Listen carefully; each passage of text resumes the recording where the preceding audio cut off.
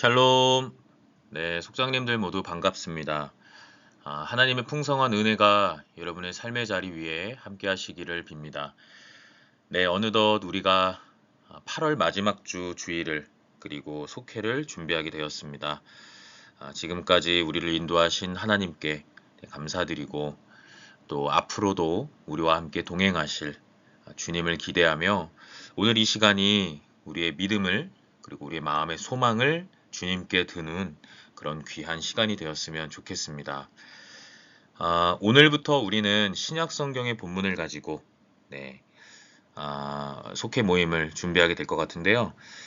구약 성경이 예수님의 오심에 대해서 예언하는 일종의 길라잡이 역할을 한다면 신약 성경은 예수님의 행적과 가르침을 잘 증언하고 있는 책입니다. 그러니 신약 성경을 우리가 이제 접할 때 예수님의 모습을 우리가 성경 안에서 만나게 되고요. 또 예수님의 사명을, 예수님의 사역을 우리가 성경을 통해 묵상하면서 오늘을 살아가는 우리들이 과연 어떻게 살아야만 신실한 예수님을 닮은 그리스도인이 될 수 있을까? 이 물음에 대해서 답을 제공하는 책이 신약 성경이라고 말할 수 있습니다. 그래서 8월 마지막 주부터 이제 12월 마지막 주까지 우리가 한 4달 정도 신약 성경을 가지고 묵상하게 될 텐데 여러분이 주님을 말씀 속에서 주님을 만나시고 또 여러분의 삶 속에서 주님과 동행하시는 그런 귀한 축복의 시간이 임할 수 있도록 저도 최선을 다할 테니까요. 여러분들도 이 말씀 속에 주님을 꼭 만나시기 바랍니다. 오늘 살펴볼 본문이 마가복음입니다. 마가복음을 우리가 좀 접하기 전에 그래도 속장님들께 조금이라도 좋은 자료를 좀 제공해 드리고 싶어서 준비했습니다. 마가복음 그리고 이 마가복음을 지은 저자가 마가로 알려져 있거든요. 마가는 누구인가? 또 마가복음은 어떤 책인가? 간단하게 개론적인 설명을 좀 앞전에 설명을 하고요. 그리고 오늘 본문에 담겨져 있는 한 구절 묵상을 진행하겠습니다. 그냥 성경 공부하는 시간이니까요. 부담 갖지 마시고 한번 필기도 해보시고 또 여러분 가능하시면 제가 여러분들에게 제공해드리는 이런 내용들 속에서 일단 뭐 단 한마디라도, 단 한 문장이라도 한번 녹여서 속회 시간에 진행해 보실 수 있는 속장님들은 또 그렇게 하셔도 좋습니다. 그러니까 거듭 부담 갖지 마시고요. 간단하게 마가라는 인물이 누구인지 그리고 마가복음은 어떤 책인지 설명해드리고 넘어가겠습니다. 몇 가지로 좀 정리를 해서 가지고 왔는데요. 먼저 첫 번째 보시죠. 저자 마가라고 제가 적어놨죠. 자, 그런데 마가는 여러분들이 아시다시피 예수님의 12제자가 아니죠. 그렇죠? 예수님의 12제자가 아닌데 어떻게 마가는 예수님의 생애와 가르침을 기록할 수 있었을까? 이것이 마가복음을 접하기 전에 우리가 가질 수 있는 질문입니다. 이것에 대해서 다음과 같이 학자들이 이야기를 하는데 아마도 마가는 베드로로부터 예수님의 생애 그리고 예수님의 가르침에 대해서 그 내용을 전해받았을 것이라고 학자들은 답변을 하고 있고요. 이것을 잘 보여주는 대목이 신약 성경 가운데 베드로전서, 베드로가 쓴 편지죠. 베드로전서 5장 13절의 내용이 이것을 잘 구현하고 있습니다. 베드로전서 5장 13절을 보면 이렇게 이야기합니다. 택하심을 함께 받은 바벨론에 있는 교회가 너희에게 문안하고 내 아들 마가도 그리하느니라. 아멘. 자, 베드로가 이제 써 내려간 편지 속에 이제 마가라는 이름이 등장을 하고 있고요. 여기서 말하는 내 아들 마가, 이 마가는 그 마가복음을 지은 그 마가를 지칭하는 겁니다. 내 아들, 베드로의 그런 친자식, 마가로서의 그 아들을 의미하는 건 아니고요. 그만큼 이제 베드로의 그런 사역 가운데 큰 힘이 되었던 인물이라는 것을 보여주는 부분이고, 또 그만큼 베드로가 아꼈던 어떤 신앙의 어떤 함께하는 아들과 같은 그 아들처럼 여길 만큼이나 아주 강하게 애틋하게 여겼던 인물이라고 우리가 생각해 볼 수가 있습니다. 자, 그래서 마가복음을 지은 이 마가라는 인물은 예수님의 제자는 아니었지만 이 베드로라는 인물과의 관계 속에서 예수님에 대해 이야기를 접해 들었고, 그것을 토대로 지은 책이 이 마가복음이다. 이렇게 우리가 결론을 내릴 수가 있겠죠. 마가복음이 언제 지어졌느냐? 대략적인 연대를 한번 정리를 한다면요. 주님이 오시고 난 후니까 주후 50년대 중반에서 후반 으로 일반적으로 이야기합니다. 뭐 여러 학자들이 이것을 좀 어, 넓게 해석을 해서 뭐 60년대로 보기도 하고요.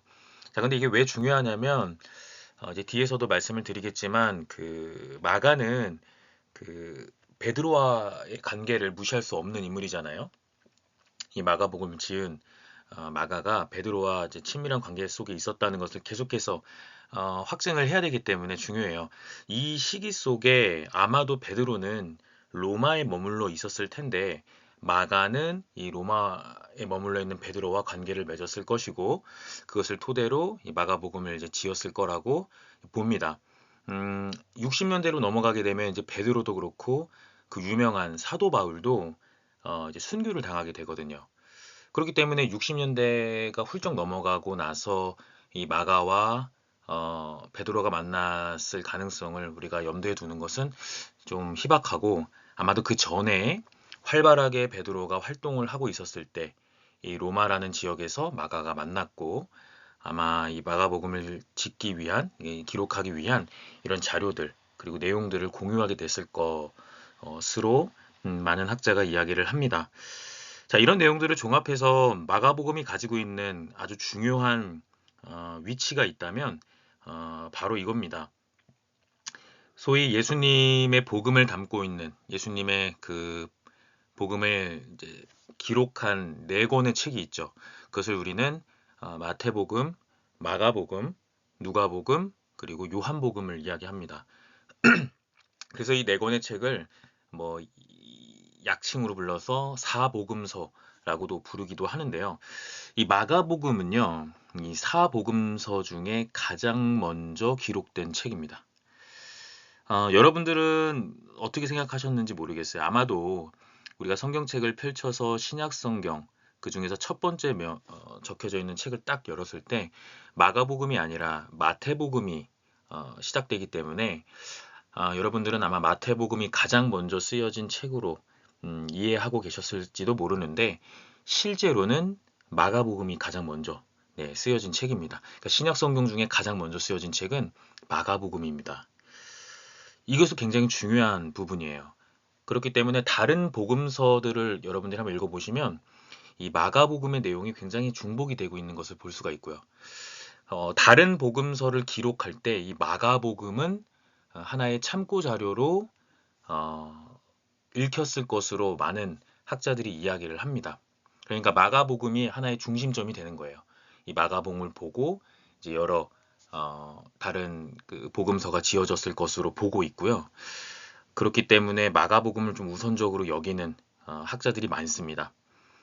실제로 마태복음을 보시면 마가복음의 내용하고 굉장히 많이 닮아 있는데, 많은 학자가 이 마가복음이 가장 먼저 기록된 책이라는 것에 거의 이견을 달지 않기 때문에 아마도 마태복음이 마가복음의 내용을 참고해서 썼을 것으로 이제 본다는 겁니다.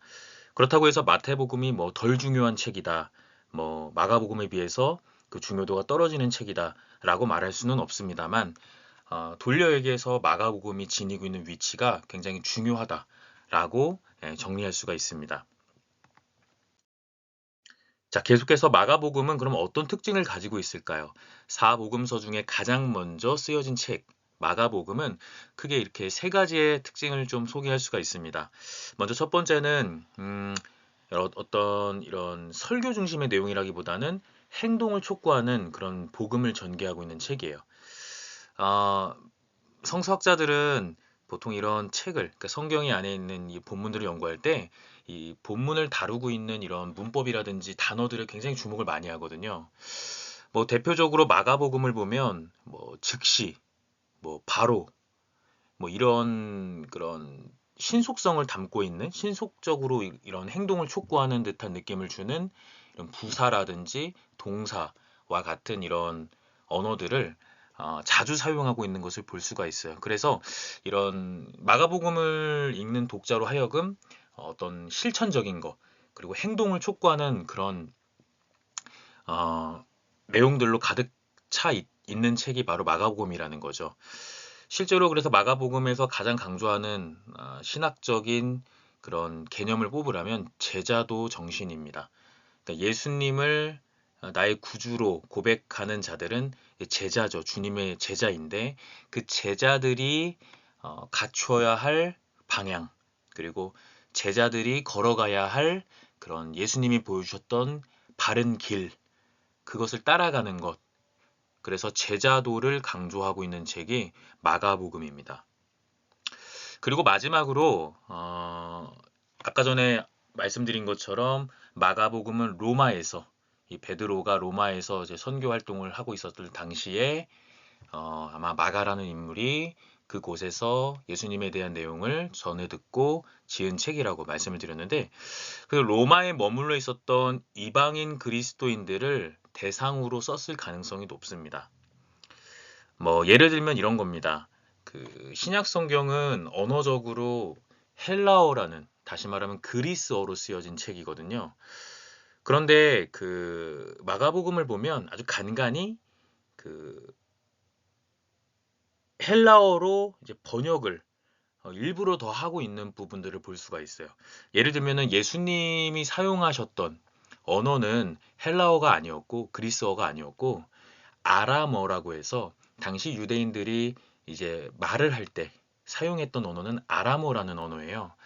그 예를 들면은 그 마가복음 5장을 보면 그 유명한 회당장 야이로의 딸을 예수님께서 이제 일으키시는 그런 장면을 우리가 볼 수가 있는데 이때 예수님께서 달리다굼이라는 아주 유명한 그 외침을 통해서 그 야이로의 딸을 고치시죠. 여기서 달리다굼이라는 이 표현은 아람어예요. 아람어인데 이것을 굳이 이제 마가는 번역을 다시 합니다. 헬라어로. 실제로 여러분들 읽어보시면 달리다굼 하시니 이 말은 번역하면 소녀야 일어나라 라는 말이라고 이렇게 마가가 번역을 하고 있거든요. 그러니까 예수님의 행적과 가르침을 받아들이고 또 마가가 지은 이 책을 읽는 사람들은 이 독자들은 헬라어를 읽을 줄 아는 아마 이런 사람들이지 않겠냐라고 하는 그런 부분을 우리가 생각해 볼 수가 있겠고요.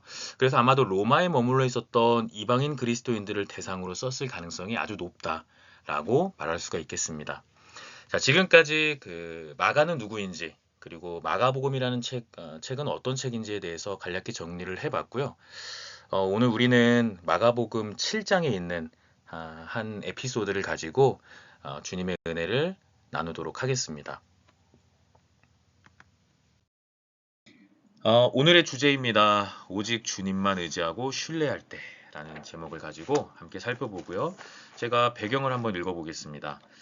갈릴리 북쪽의 이방 지역 두로에 도착하신 예수님은 사람들의 눈을 피해 한 집에 들어가셨습니다. 그러나 어느새 소문이 퍼져 수로보니게 족속인 한 이방 여인이 예수님을 찾아왔습니다. 예수님의 발 앞에 엎드린 그녀는 귀신 들린 자신의 딸을 고쳐달라며 애원했습니다. 예수님은 어떤 상황에서도 흔들리지 않는 여인의 믿음을 보시고 그의 딸을 고쳐주셨습니다. 오늘의 목표입니다. 수로보니게 여인은 귀신 들린 딸을 고치기 위해 어떻게 했는지 이것에 대해서 알아보는 시간을 갖겠습니다. 마가복음을 가지고 이제 우리가 요번 주일에만 살펴보게 될 거예요. 이제 다른 본문들도 이제 계속 나오게 될 거고요. 오늘만 우리가 마가복음을 가지고 살펴보는데요. 그 중에서 마가복음 7장에 나타나는 그 유명한 수로보니게 여인의 믿음에 대해서 함께 살펴보고 우리의 신앙을 한번 대입해 보는 시간이 되기를 바랍니다. 오늘의 한 구절 같이 확인하겠습니다. 마가복음서 7장 24절로 30절까지 말씀이고요. 신약 성경 65쪽에 보시면 되겠고요. 네, 세번역 성경으로 읽어보겠습니다. 제가 봉독하겠습니다. 예수께서 거기에서 일어나셔서 두로 지역으로 가셨다. 그리고 어떤 집에 들어가셨는데 아무도 그것을 모르기를 바라셨으나 숨어 계실 수가 없었다. 악한 귀신 들린 딸을 둔 여자가 곧바로 예수의 소문을 듣고 와서 그의 발 앞에 엎드렸다. 그 여자는 그리스 사람으로서 시로페니키아 출생인데 자기 딸에게서 귀신을 쫓아내달라고 예수께 간청하였다. 예수께서 그 여자에게 말씀하셨다. 자녀들을 먼저 배불리 먹여야 한다. 자녀들이 먹을 빵을 집어서 개들에게 던져주는 것은 옳지 않다. 그러나 그 여자가 예수께 말하였다. 주님, 그러나 상 아래에 있는 개들도 자녀들이 흘리는 부스러기는 얻어먹습니다. 그래서 예수께서 그 여자에게 말씀하셨다. 내가 그렇게 말하니 돌아가거라. 귀신이 내 딸에게서 나갔다. 그 여자가 집에 돌아가서 보니 아이는 침대에 누워 있고 귀신은 이미 나가고 없었다. 아멘. 네, 오늘 우리가 함께 살펴볼 공과 34과의 내용 가지고요. 한 구절 묵상 간단하게 살펴보겠습니다. 크게 두 가지 가지고 내용 가지고 살펴보도록 하겠습니다. 먼저 첫 번째, 주님 앞에 나와 겸손히 엎드렸던 수로보니게 여인의 믿음을 우리가 볼 수가 있습니다. 24절부터 25절의 내용을 토대로 살펴볼 수가 있고요. 한번 읽어보겠습니다. 두로는 베니게의 항구 도시로 솔로몬이 성전을 건축할 때 두로의 왕 히람이 백향목을 보냈던 이방 민족이 사는 지역입니다. 두로라는 지역을 소개하고 있습니다.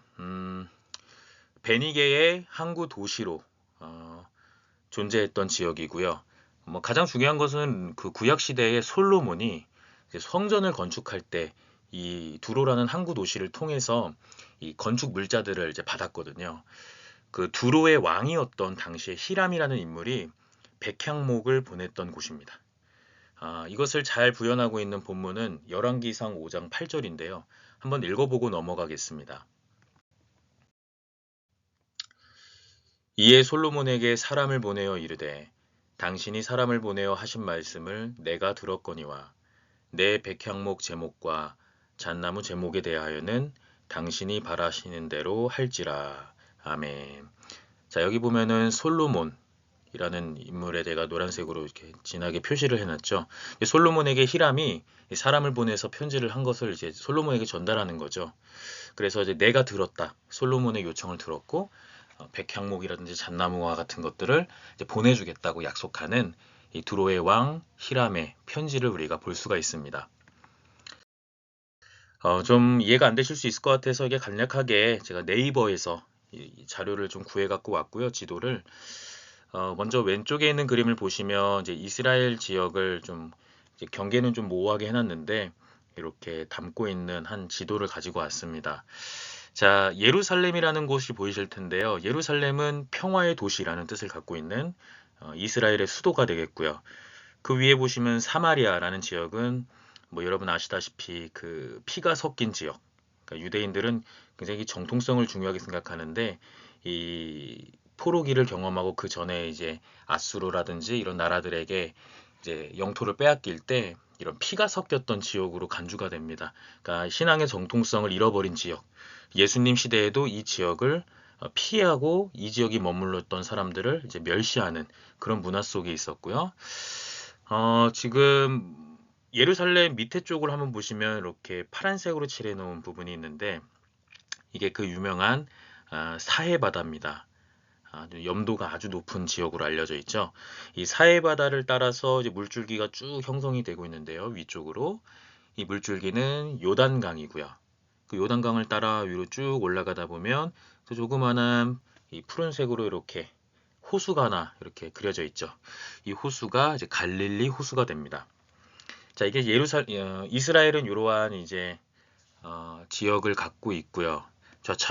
서쪽으로 좀 가보게 되면은 지중해라는 이제 글자를 여러분이 보실 수가 있는데, 이스라엘 그리고 북아프리카 뭐 이집트라든지 이런 나라들, 그리고 유럽의 대부분의 국가가 이 지중해에 이제 껴있는 인근에 있는 국가들입니다. 이 지중해를 보시면은 그 위쪽으로 두로라는 나라가 있죠. 그쵸? 두로와 시돈이 있는데, 자, 이 두로가 바로 그 솔로몬이 어, 성전을 건축할 때 이 건축 물자들을 받았던 항구가 되는 거고요. 이 두로를 통해서 이제 오늘 우리가 함께 읽게 될 마가복음, 어, 마가복음에 있는 내용을 이제 설명한 한 배경이 되는 겁니다. 자, 오른쪽도 한번 보시면 이 두루라는 곳이 이렇게 다음과 같이 좀 확대를 해서 보면 이렇게 구성이 되어 있는 지역인데, 자, 방파제를 이렇게 맞고 뭐 전쟁 시에 유사시에는 굉장히 또 난공불락의 요새로서의 역할도 감당했던 아주 중요한 군사적인 도시이기도 했고요. 또 항구 도시이기도 했습니다. 뭐 이렇게 확인하고요. 넘어가도록 하겠습니다. 자, 그래서 한번 읽어보겠습니다. 배경 삼아서. 예수께서 일어나사 거기를 떠나 두로 지방으로 가서 한 집에 들어가 아무도 모르게 하시려 하나 숨길 수 없더라. 아멘. 자, 예수님의 그런 인기와 예수님의 그런 소문이 아주 파다하게 이제 퍼져나가서 예수님이 이제 두로 지방으로 가셨는데, 그냥 은밀하게 머물다가 다른 곳으로 가시려고 했으나 이미 뭐 예수님에 대한 소문이 퍼져서 숨길 수 없는 그런 상황에 있으셨다라는 거죠. 계속해서 읽어보겠습니다. 예수님이 활동하시던 당시 유대인들은 이방인들과 왕래하거나 상종하지 않았습니다. 예수님이 두로에 가신 일은 이방 민족에게 구원의 은혜가 주어지는 기회가 되었습니다. 예수님의 소문을 듣고 찾아온 헬라인 여인이 예수님께 나와 그 발 아래 무릎을 꿇었습니다. 이 두로라는 지방은 이제 항구 도시라고 말씀을 드렸고요. 뭐 군사적으로도 아주 유리한 그런 요새 역할을 하는 지역이기도 했습니다.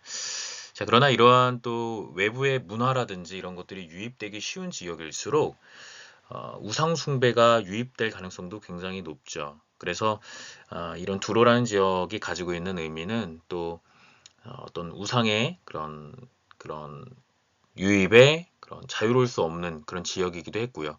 또 당시에 유대인들은 이방인들과 왕래하거나 상종하는 것을 굉장히 꺼려했고, 또 그것을 옳지 않은 일로 여겼던 그런 문화 속에서 살고 있었기 때문에 예수님께서 두로에 가셨다는 것은 어떤 의미에서 굉장히 파격적인 일입니다. 유대인들의 그런 인식 속에서는 굉장히 파격적인 일이고요.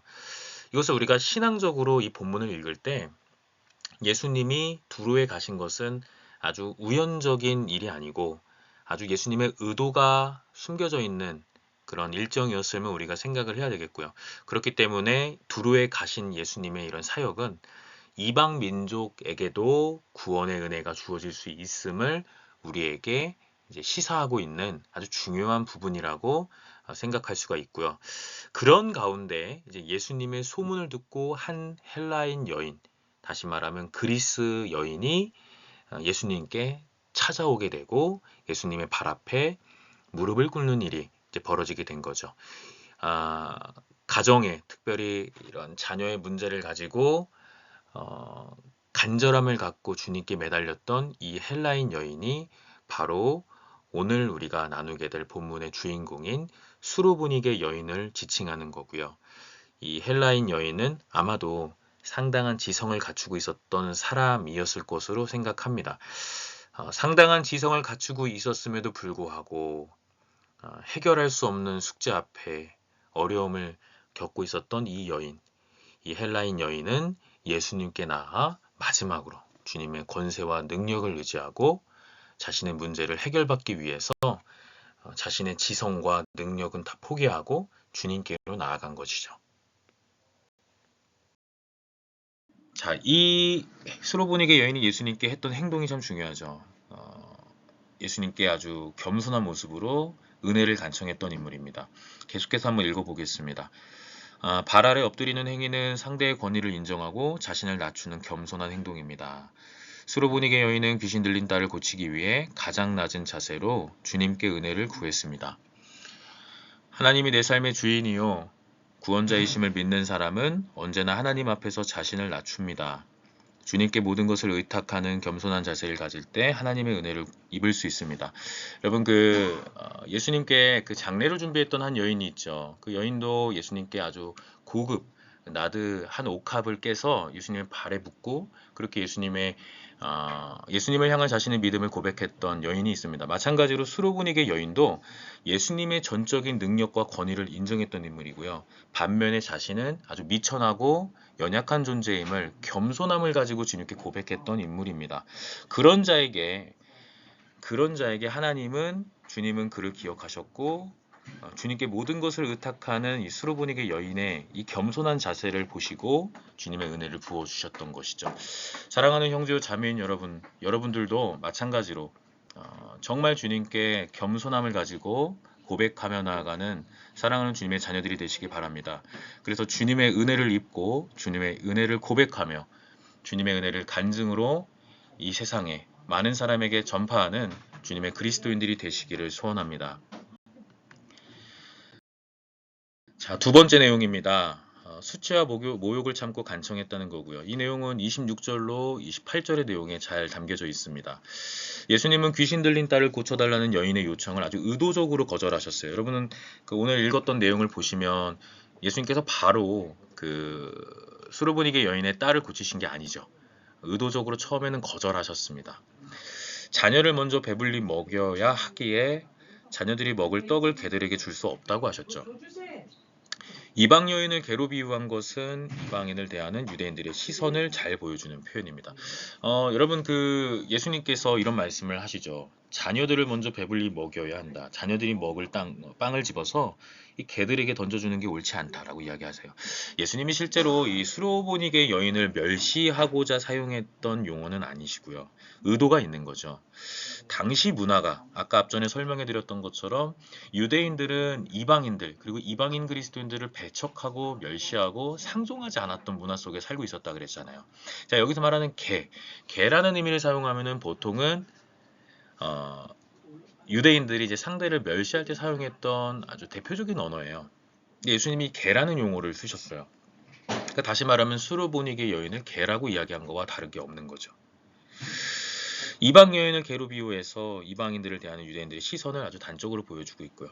한 가지를 교훈하고 있는 거죠. 그리스도인으로 살아가는 우리가 그렇지 못한 이들을 바라볼 때 어떤 심정으로, 어떤 시선으로 바라보고 있는가를 좀 주목해 볼 필요가 있습니다. 조금 더 좀 단적으로 얘기해서 좀 우리가 한정적으로 생각해 본다면 우리 가정을 생각할 때도 마찬가지라고 생각해요.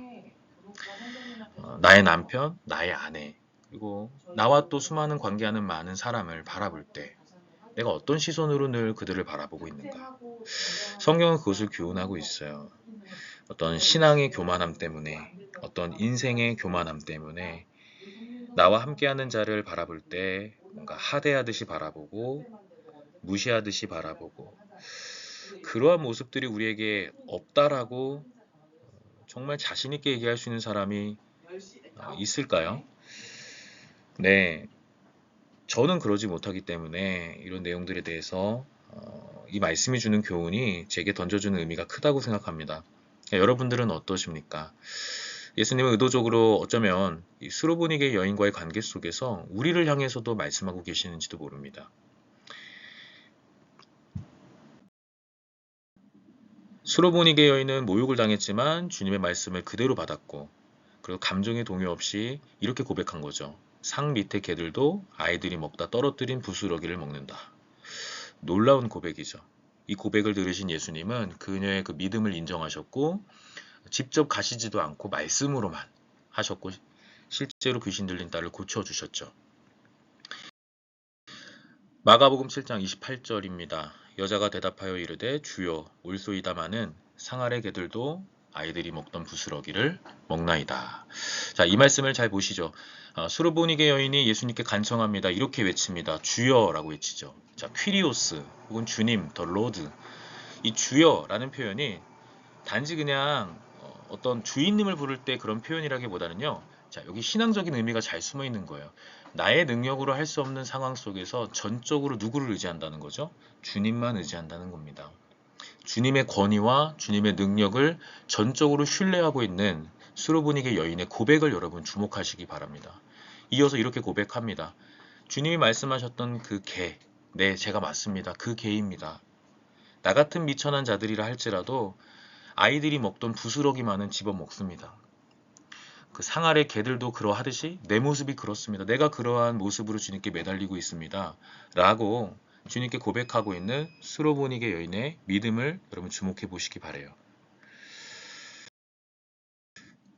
여기서 말하는 개들이라는 표현은 나 자신의 연약함을 인정하고 있는 아주 놀라운 믿음의 고백입니다. 주님, 저는 할 수 없습니다. 주님께서 이루어 주셔야 합니다. 모든 상황 속에서 다른 생각들과 다른 마음들을 내려놓고 오직 주님만 신뢰하고 있는 이 여인의 고백. 주님의 의도적인 거절 앞에 그 거절을 주님께 더 매달림으로 간청했던 인물. 수로보니게 여인의 이 고백을 주목하시고 부스러기라는 개념이 참 중요하다고 생각합니다. 이 부스러기에 담긴 의미, 단순히 그냥 먹다 흘린 어떤 찌꺼기, 뭐 그렇게 생각할 수도 있겠죠. 어떤 음식물 쓰레기? 그렇게 생각할 수도 있습니다만 조금 더 우리가 신앙적으로 이것을 바라본다면 수로보니게 여인에게 내재된 아주 굳건한 믿음을 반영하고 있는 표현이라고 말할 수가 있겠고요. 이렇게 한번 신앙적으로 우리의 삶에 대입해 보기를 원합니다. 여러분, 우리가 늘 놓고 기도하는 기도 제목 속에 주님이 이루어 주시는 축복과 은혜를 간청하고 있는데 내가 바라는 축복과 은혜의 100%가 아니라 단 10분의 1 내지는 100분의 1만 내가 누릴지라도 나는 만족할 수 있는가? 더 단적으로 얘기해서 내 삶은 그런 문제의 해결을 넘어 단지 주님만 계시면 충분하다고 말할 수 있는 그런 믿음을 갖고 있는가? 이 믿음이 없었다면 오늘 우리의 그 믿음의 그 구멍난 우리의 연약함을 한번 주목해 보시고 다시금 주님께 매달리는 시간이 되었으면 좋겠습니다. 자, 그래서 꼭 소켓시에 여러분들이 나눠주셨으면 할 신앙적 권면이 있다면 이겁니다. 부스러기의 은혜를 회복하자. 주님이면 충분하다는 그 고백 속에 담긴 여인의 결단처럼 우리 역시도 그 부스러기의 은혜를 갈망하고 회복하자. 주님이면 충분하다. 주님이 우선이다. 라고 우리가 주님을 고백하며 우리 믿음을 굳건하게 주님께 실천하며 고백하며 나아갈 수 있는 그런 회복의 시간이 되기를 소원합니다. 네, 끝으로 읽어보고 마치겠습니다. 우리도 살면서 뜻밖의 수치와 모욕을 당할 때가 있습니다. 이때 요동치는 감정에 반응하며 낙심하는 대신에 긍정적이고 적극적인 자세로 주님 앞에 나아갈 수 있어야 합니다. 사랑하는 형제와 자매인 여러분, 믿음의 시선으로 세상의 수치와 모욕을 넘어설 때 더 큰 은혜를 주시는 주님을 만나시고 경험하시기를 간절히 소원합니다.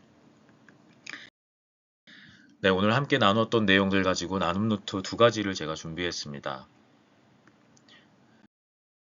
먼저 첫 번째입니다. 최근에 내가 할 수 없는 문제를 놓고 기도했을 때 응답을 받은 경험이 있습니까? 혹은 조금 돌려 말해서 내가 해결할 수 없는 문제를 주님이 응답해 주셨는데 그것이 내 생각과 내 방법과 나의 능력으로 해결했다고 교만했던 경험은 없습니까? 이것에 대해서도 한번 같이 생각해 봤으면 좋겠어요. 내가 기도했는데 주님이 정말 응답해 주셨다. 그건 정말 감사한 일인데 혹은 내가 바라고는 있으나 주님께 정말 마음을 놓고 목 놓아서 골방에 들어가는 심정으로 기도하지 않았는데도 이루어졌다 이거예요, 만약에. 근데 그것을 마치 주님의 은혜라고 겉으로는 고백하지만 실상은 내가 잘해서 그냥 잘 해결된 거지 라고 어떤 신앙의 교만함을 갖고 있었던 적은 없는지 우리 자신을 돌아봤으면 좋겠고요. 또 하나입니다. 오늘 배웠던 우리 내용의 두 번째 내용이 되겠죠. 예수님께서 의도적으로 거절하셨을 때 어찌 보면 당시 문화 속에서 수로보니게 여인은 신분의 문제 때문에 수치스러운 일을 경험했는데 이런 일을 믿음으로 극복하는 그런 전환점으로 만들었던 인물이 바로 수로보니게 여인이잖아요. 여러분들도 수치스러운 일을 당했을 때 믿음으로 극복했던 경험이 있는지 같이 개인적인 신앙적인 이야기를 들려주시면 감사하겠습니다. 네, 마지막으로 공동신앙 고백 같이 한번 고백하고요. 마치도록 하겠습니다. 수로보니게 여인은 이방인으로 유대인인 예수님 앞에 나올 수 없는 처지였습니다. 하지만 귀신 들린 딸을 고치기 위해 용기를 낸 그녀는 예수님 앞에 엎드려 거절과 수모를 온전히 감당했습니다. 예수님은 주님만 의지하고 신뢰한 이방 여인의 기도에 응답해 주셨습니다. 우리도 받을 응답을 확신하며 믿음으로 기도하고 날마다 주님을 온전히 신뢰하는 우리의 모든 믿음의 결단이 그리고 신앙의 모습이 되기를 간절히 소원합니다. 감사합니다. 네, 오늘도 늦은 시간, 이렇게 좀 긴 시간 동안 같이 속해 내용 확인해 주셔서 감사하고요. 마가복음에 대한 이야기를 조금 앞전에 하다 보니까 조금 내용이 좀 시간이 조금 갔는데요. 앞에 있는 부분은 너무 신경 쓰지 마시고 또 본문에 있는 내용들 위주로 좀 확인을 해주시면 감사하겠고요. 또 혹시 같이 공부하시면서 제가 조금 말이 빨랐거나 좀 설명이 부족했다고 여겨지시는 부분, 이해가 조금 덜 되시는 부분들이 있으면 내일 아침 9시 30분에 우리 기도실에서 만나 뵀을 때 그때 질문해 주시면 제가 답해 드리도록 하겠습니다. 네, 날씨가 많이 무덥습니다. 건강 유의하시고요. 남은 시간도 주님 안에서 평안하시고 내일 기쁜 얼굴로 뵙겠습니다. 감사합니다.